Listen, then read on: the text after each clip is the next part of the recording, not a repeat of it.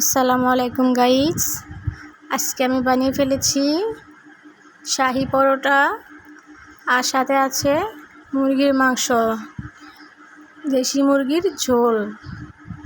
এই শাহি পরোটা আর দেশি মুরগির ঝোল রেসিপিটা যদি দেখতে চাও তাহলে চলে যাও মূল ভিডিওতে। আর এই শাহি পরোটা টেস্ট করে দেখি চলো কেমন এর স্বাদ।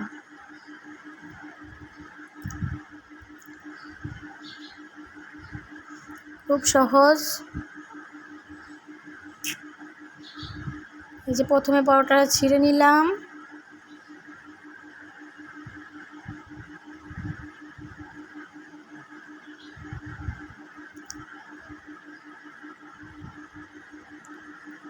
এর স্বাদ জাস্ট অতুলনীয়। একবার মুখে নিলে সারা জীবনে এর স্বাদ ভুলতে পারবে না, আমি গ্যারান্টি দিলাম। অবশ্যই একবার ট্রাই করবে, সেজন্য মূল ভিডিওটা দেখতে হবে। চলে যাও আমার মূল ভিডিওতে।